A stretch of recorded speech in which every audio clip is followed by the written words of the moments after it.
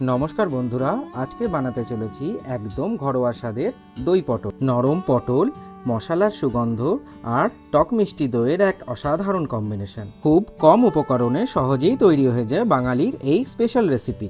গরম ভাত, পোলাও অথবা রুটির সাথে দারুণ লাগে খেতে। চলুন তবে শুরু করা যাক। সবার প্রথমে একটা কড়াইয়ের মধ্যে আমরা নিয়ে নেব 1 চামচ সর্ষের তেল। তেলটা একটু ভালো করে গরম হয়ে আসলে ওর মধ্যে আমরা দিয়ে দেবো 6টা গোটা পটল, যেটা আমরা ভালো করে ছুলে নিয়েছিলাম। পটলগুলো একটু ভাজা ভাজা হয়ে আসলে ওর মধ্যে আমরা দেবো 1 চামচ নুন, 1 চামচ হলুদের গুঁড়ো দিয়ে আবার ভালো করে এগুলোকে আমরা ভেজে নেব। পটলগুলো যখন সব সাইড দিয়ে ভালো করে ভাজা হয়ে যাবে তখন পটলগুলোকে তুলে আমরা একটা অন্য পাত্রে সাইডে সরিয়ে রাখবো। এইবার আমরা ঝোলের মশলা তৈরি করব।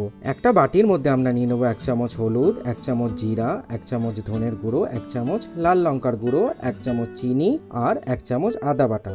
দিয়ে দেবো জল, ভালো করে সব কটাকে মিশিয়ে নেব। এইবার একটা মিক্সি জারের মধ্যে আমরা নিয়ে নেব 2 চামচ পোস্ত, 2 চামচ তিল, 8 থেকে 10টা কাজু আর 2 থেকে 3টে কাঁচা লঙ্কা। সবটার মিক্সিতে একটা ফাইন পেস্ট বানিয়ে নেব।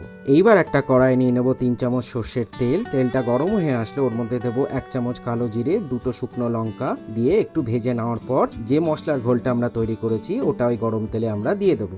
এটাকে আমরা ঢেকে 2 থেকে 3 মিনিট কষিয়ে নেব। ঢাকনাটা তুলে 1 থেকে 2 মিনিট নাড়িয়ে আমরা আবার এটাকে কষিয়ে নেব।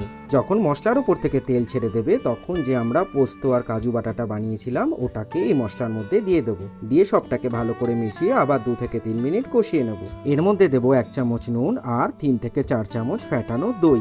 সবটাকে ভালো করে মিশিয়ে নেওয়ার পর যে বাটিতে আমরা দই নিয়েছিলাম ওই বাটির মধ্যে জল দিয়ে জলটা আবার এর মধ্যে আমরা দিয়ে দেবো। এইবার মশলাটা কষে আসলে আমরা সবকটা পটলকে ধীরে ধীরে একটা একটা করে মশলার মধ্যে দিয়ে ভালো করে মিশিয়ে নেব। ভালো করে মেশাতে হবে যাতে মশলাগুলো পটলের ভেতরে ঢুকে যায়। এইবার কড়াইয়ের ঢাকনাটা ঢেকে 4 থেকে 5 মিনিট আমরা ফুটিয়ে নেব। ঝোলটা যখন ভালো করে ফুটে আসবে আর পটলগুলো নরম হয়ে আসবে তখন ওর মধ্যে আমরা দেবো 1 চামচ গরম মশলা আর 1 চামচ সর্ষের তেল। 1 মিনিট এটাকে আর ফুটিয়ে আমরা গ্যাসের ফ্লেমটা বন্ধ করে দেবো। ব্যাস, আমাদের দই পটল একদম রেডি হয়ে গেছে প্লেট করার জন্য। একটা সুন্দর সাদা অথবা হালকা রঙের সার্ভিং প্লেট নিন যাতে পটল আর ঝোলের রংটা আরো সুন্দরভাবে ফুটে ওঠে। তারপর ধীরে ধীরে পটলগুলোকে সাজিয়ে ওপর থেকে ঘন দইয়ের গ্রেভিটা ঢেলে দিন। আপনারা স্ক্রিনে দেখতে পাচ্ছেন কত সুন্দর গ্রেভির আমাদের রং ফুটে উঠেছে। এইটাকে আপনারা গরম ভাত, পোলাও অথবা রুটির সাথে সার্ভ করুন। এই দই পটলটা বানানোর পর আমরা নিজেরা এটাকে গরম ভাতের সাথে টেস্ট করেছিলাম আর এটা খুব সুন্দর খেতে হয়েছিল।